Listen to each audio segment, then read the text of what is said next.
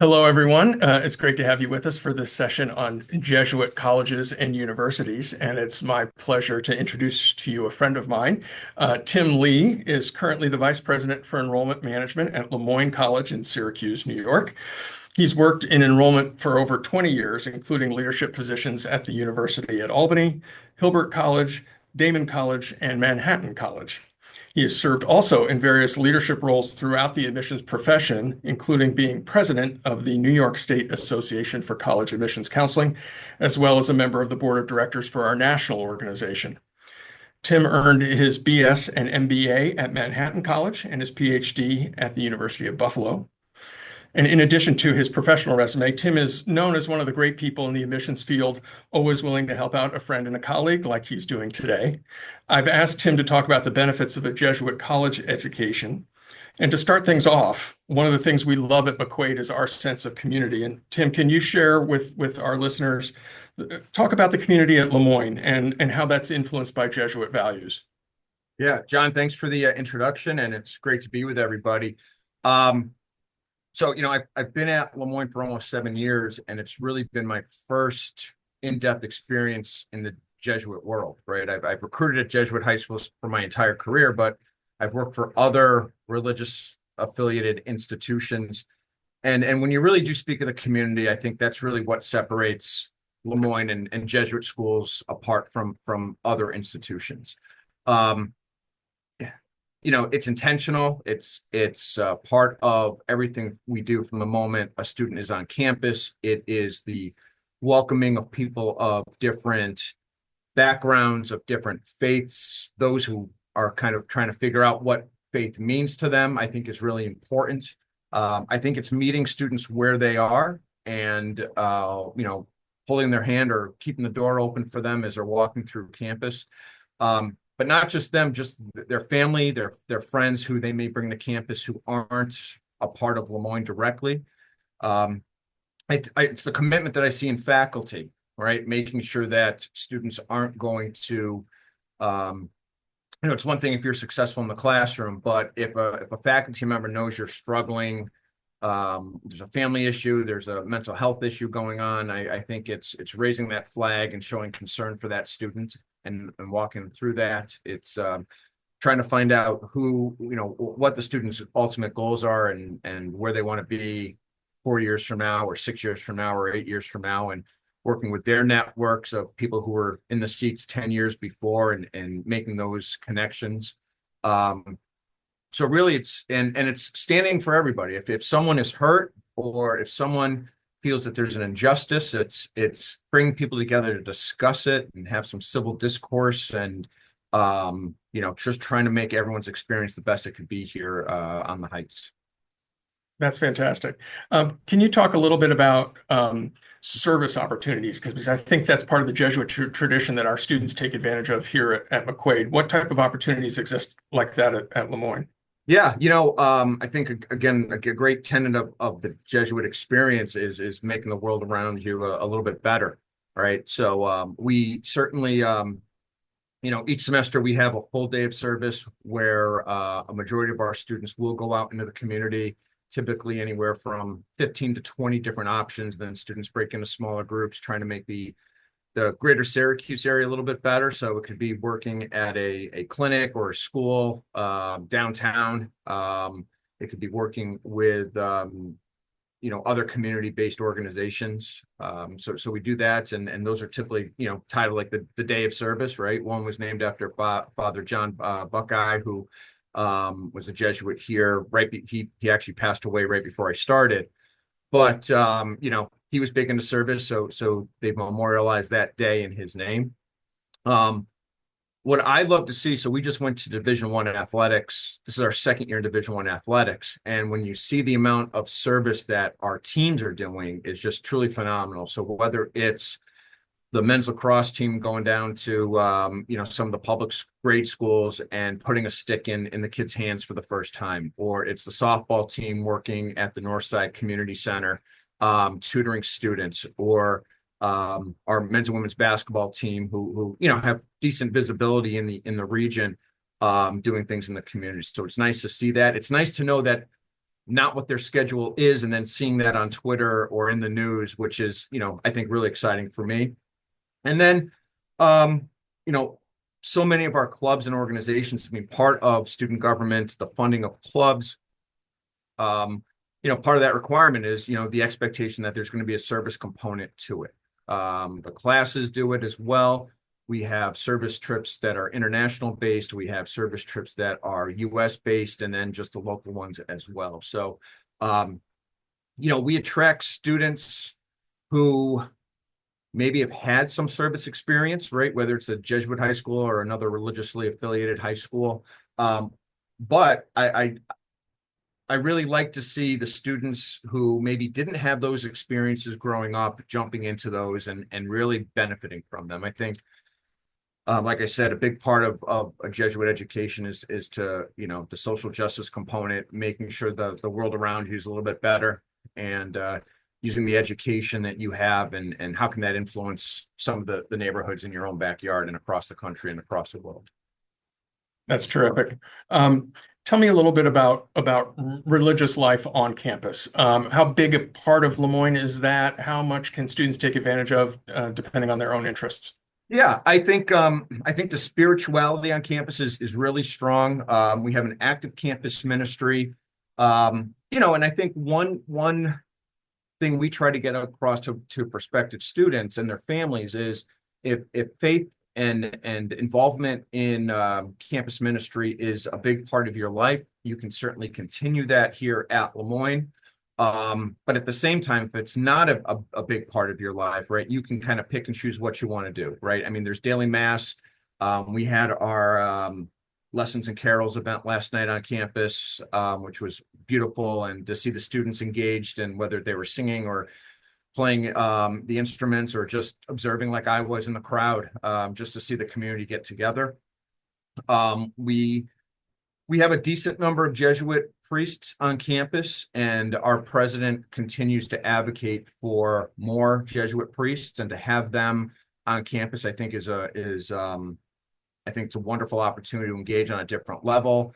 The expertise that each of these gentlemen bring in their whatever their background is of study that they're now teaching, right? So we have several that are in the classrooms. We have several that are in the administration.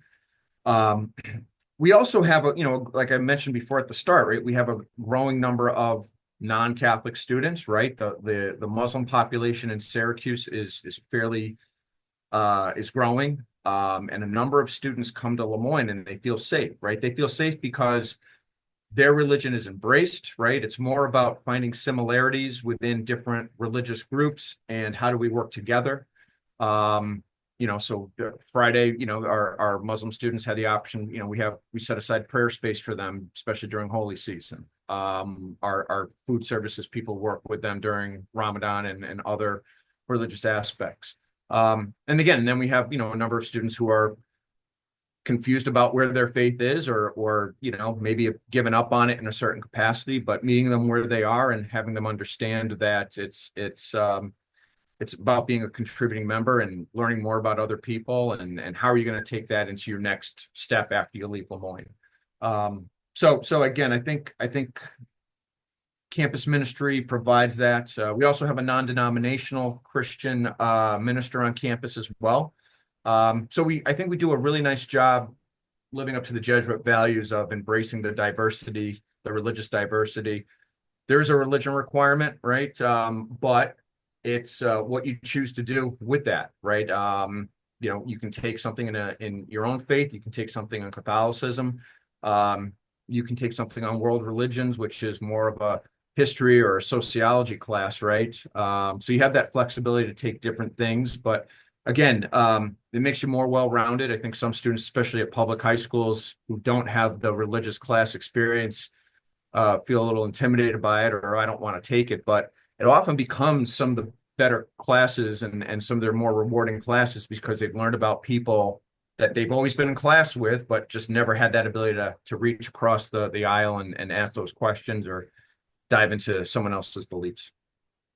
So McQuaid students who are watching this, all the messages that our theology teachers are giving you were just echoed by Mr. Lee there. That when you're, especially when you're a senior here and you have choices about what religion courses, theology courses you want to take, that will happen in college too. And so you could focus more on ethics or on world Mhm. religion. It's a great way, and it will complement the other classes that you're taking. You will Yeah. be a better psychology major by virtue of having Well, taken some theology courses. yeah, and if you're thinking about going into business, for instance, right, you're especially international business, or if you're going into the medical field, right, you're gonna be working with families and clients and partners who have different mindsets and um, religious ideals than you may have, right? But you still have to be able to have an understanding of where they're coming from, right? And that doesn't mean they're wrong or that you're wrong, but it makes you a better professional. It makes you a better human being. And really, that's I think the beautiful thing about Jesuit education that is,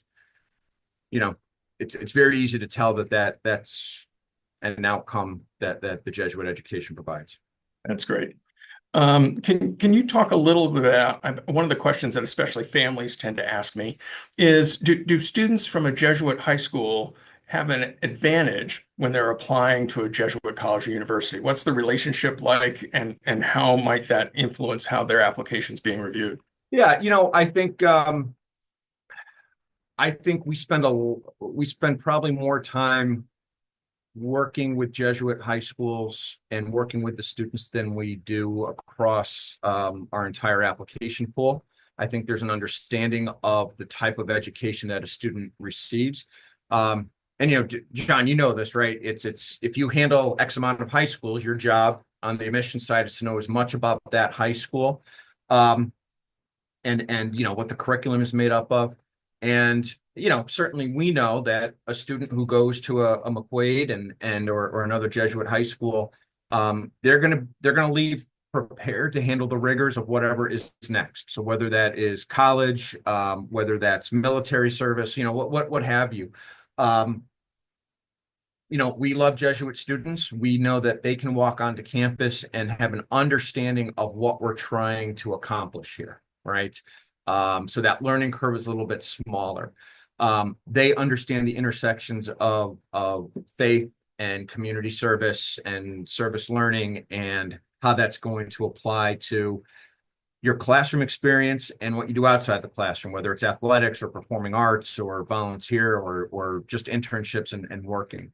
Um, so yes, I personally handle right a certain number of Jesuit high schools. Mary Chandler, who's the AVP, she handles the other group of Jesuit high schools.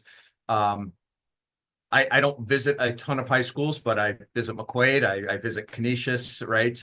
So Jesuit high schools are important to us. We would love to see more students from Jesuit high schools take advantage of the education provided here at LeMoyne. And I think every VP from a Jesuit high school would like to see that. We don't. So yeah, we work closer with families on a one-on-one basis with students from Jesuit high school, as well as yourself and your teams. Yeah, students, what that means also is that Mr. Lee knows us well, so that when you're choosing your courses or when you're doing the things that are smart to do at a place like McQuaid, he'll recognize when you've taken advantage of the opportunities that exist here. We're not going to surprise anybody. They're going to know about our courses. They're going to know what the grades mean in those courses, and then can Yeah, have that influence the decisions that and they make. not only that, and you and I have had these conversations, just like I've had these conversations with a few other folks in your role at other Jesuit high schools. If there's a slight hesitation or a concern with a student, um, I'm not going to get a yes, they're a good student or they're a good kid answer that I might get if I'm talking to someone at a larger public school, right? I'm going to get an in-depth answer about what that student's going to contribute, right? I can think of an example from McQuaid and also think of an example from another Jesuit high school where someone was below what we would normally accept, right? But there was something about the application that intrigued us. It was their involvement for both these students outside of the classroom, and they were well liked, and the teachers wrote great recommendations. And I had a conversation with the folks in the college counseling office, and we accepted both these students, right? That if we just looked at them on paper, we might put them on a wait list or maybe deny them. But again, having an in-depth knowledge of your students and what they can do and where they might struggle, but that allows us to make sure we have those guardrails in place. And if there's something that they thrive in, making sure they have those opportunities presented before them has really helped us land some great students that maybe we might have overlooked if they were in a different school. You led me right to my next question there, and you didn't even realize it.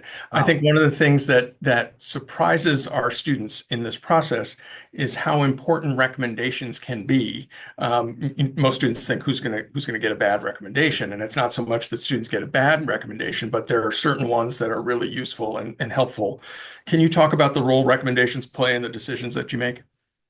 Yeah, we can look at a transcript and we can look at activities, but I think students don't always do the best job, and probably you and I don't do the best job talking about ourselves, right? It's always nice when someone else talks about you. And what I love about the recommendations that come from McQuaid, right? They are detailed, and not only are they just detailed, but they tell a story that kind of weaves everything in the application together. And if there is something that maybe raises a question, right, or gives a slight pause, I would say almost every single time it's answered in that recommendation letter, right? And it just it gives us a little more insight to what that's not on a list or what's on a transcript. It puts some humanity, behind the name on the application, which again leads to, if there is a question, right, I can look for that in the recommendation, right? If there's something I need explain a little bit more, I can pick up the phone and call you. So I think it's important, and I think it's important that from the moment a student is at McQuaid, they find those allies and those advocates, that teacher that just really brought something out in them, or you have a lot of teachers who are coaches or are involved with some extracurricular groups, and to be able to see, to have someone write about how that student took what they learned in the classroom and brought it to the athletic field or to the stage or work in the community, I think just really solidifies what we are probably seeing on the grades and GPA. That's great. One of the questions we ask our students when they're choosing their teachers who will write their recommendations is, tell us about an assignment or an experience you had in that class and how it's changed you, how it's made you a better person. And those are exactly the type of people who will write you recommendations like Mr. Lee described. Yeah, and we're not going to get that context just by looking at your transcript, so it's nice. If I can ask you one last question, one of the things that we talk about here at McQuaid, you kind of alluded to this in your opening comments, is care for the whole person. That this just isn't a student here, that this is an entire person. Can you talk a little bit about how services that are provided, how LeMoyne goes out of its way to treat the whole student, not just the academic student? Yeah, certainly academics are important, but what goes on beyond that, right? How is that student dealing with adversity and making sure that if something is not going perfect, that we have the mechanisms in place to support students in that way. Transition's big for a lot of students. I think about the number of students we have as tour guides here on campus and how, 25 to 35% of them have experienced some kind of trauma during their time here, right? It could have been a friend passed away, or a parent passed away, or a grandparent, or a pet. And I see how, I may not see the tour guides every single day. I may see them once a week, but when something goes wrong with one of our tour guides, it's amazing just how my phone starts blowing up with texts from members of my team that say, hey, if you see so-and-so, their dad's sick, is in the hospital, had major surgery. So the community rallies around the students like that, right? Making sure that they're taken care of so they can focus on their academics. If someone is struggling in, I think about, being a star athlete at McQuaid and then going to that next level, whether it's Division I, II, or III, there's an adjustment, right? You may go from a 4-year starter to trying to fight your way off the bench, and that's significant, right? And I think that's why you'll see some of the Jesuits at the end of the bench, right, for counsel. And LeMoyne's invested heavily in mental health counseling, especially coming out of COVID, because we know that so much has changed with students. We try to do our best to, not just see, okay, who's showing up for class for attendance purposes, but if someone's missing classes with some, regularity, right? Let's step in and see, is something going on? Are you staying up too late? Are you doing things you shouldn't be doing? Or are you just depressed? We report back to this in sometimes in our senior leadership meetings, and a student will come up, their name, and they haven't been in class for a week and a half, but they had pneumonia. They actually had a reason that they weren't in class, and it's like, okay, let's make sure they're getting the help they need. We work with parents as much as we can within FERPA rules and whatnot to make sure that they're engaged and know what's going on, at least generically. And if they have concerns, who can they reach out to? So I just think of those are all the different ways that we step in to make sure a student is successful. And, you're going to get students who come here and they're enjoying their time, but they realize maybe they're too far away from home, or they decided that they want to study something that we just don't offer. That does happen. We help them land somewhere where they know that they're going to maybe get a different experience that they're looking for. And we always keep the door open for them. That's true. That's terrific. Last thing, pieces of advice. Most of the people who are watching this are juniors who are just starting to kick off their whole college search experience. Given your experience in the profession, are there certain things that you think students and families should be top of mind as they're starting their college search? Yeah. My oldest is a junior right now, and it's different when you do this for so long and you help thousands of families, and all of a sudden you're bringing your own around, and it's like, I hope I follow my own advice. I don't think a student's going to have all the answers right now, and that's perfectly fine. And I think if you realize that, you don't have to plan out your life at 16 or 17, and this process is a discernment process, right? Where you're going to have a lot of inputs. I think it's important to stay organized. That's very important. My daughter and I have a spreadsheet, and that helps us because she's just turned 17, and her mind changes quite consistently, right? There was a school that just came up of interest to her in the last 2 weeks, which is a school that is completely different mission-wise, size-wise than everything else she's been looking at. So the ability just to change the dynamic on a spreadsheet to say, okay, right, this may be group A, group B. You have a lot of time to visit campuses, but you'll also realize just how busy you are, and you can't visit all the campuses that you want. Take advantage. I'm a big proponent, right? I think of in your own backyard, right? You have small private schools, you have large research-based institutions. You're not far from a public institution of different sizes. Even if those institutions aren't on your radar, to walk around those campuses and say, okay, I like this, I don't like this. So you can at least start to formulate, I'm looking at a medium-sized school in the suburbs, or I want a city-based institution. I think that's very helpful. And take advantage of other opportunities, right? At some point, you should take a formal tour. And for some students, that may be after you're admitted, because you're looking at schools in a wide geographic area. But I think, if you happen to be on a college campus for a performance or an athletic event, take a half hour and just walk around campus and get a sense of what it's like there, right? If you can grab food in the student center, that's great, or stop in the bookstore and take a look how students are interacting. I think that's very important. And to trust the professionals that you're working with every day, like John, like you and your team, and keep in touch with the folks you meet on the college side, because there's going to be a lot of questions that come up during it. And I think I've always said it's telling, right? You want to make sure that your student is being taken care of, and that should be replicated in the admissions process, not just, when you meet at a high school. Like that should be a relationship that continues. That's really important. We tell all of our students this is about relationship building. Yeah. And same thing, when I was on your side of the desk, I always wanted our admissions operation to reflect the institution. And it's a good indicator of how you'll be treated as a student and how things will go from there. So that's terrific advice. Tim, anything you want to share with our families? Last things before we go? I'll just mention, I started off by saying this, like, I've been doing this for quite some time, and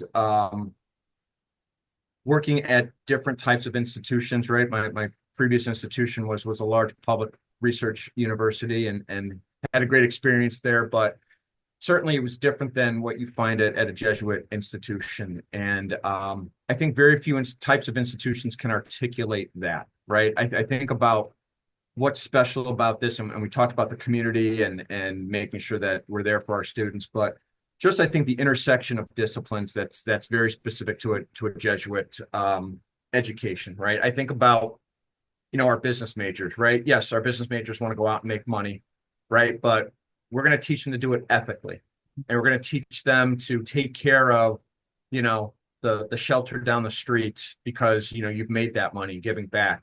Or we talk about the nurses who you have to have your biology and your anatomy and physiology and all that. You have to understand the science and the health behind it. But very few places talk about how do you deal with the patient's family, right? There's a psychology around that. And or the person who wants to be a doctor, but their passion is performance, right? And that's their outlet, right? And I see it here every day. I know other Jesuit institutions practice that. So I think the intersections of what you find at a Jesuit institution, at a LeMoyne, at a McQuaid, right? It's really broadening your horizons and really becoming a better person who understands the world around you that's changing, and being able to adapt to those changes and do so in a faith-based method, I think is phenomenal. That's terrific. And just so everybody who's watching is aware, our McQuaid and LeMoyne know each other well. We just had a group of our administrators go visit and spend time with the leaders at LeMoyne. And I think we all saw some very like-minded individuals that we were working with. Yeah, if all meetings had the synergy in that meeting, life would be really simple. That's great. That's great. But yeah, I love McQuaid. The students are well prepared. They acclimate to campus right away. They push us to make sure we're doing our jobs right, and I think that's important. And their families have an appreciation for what we're providing from an education. Excellent. Tim, thanks again for your help. We really appreciate it, and we'll look forward to sending some more students your way. Awesome. Take care. Thank you. All right.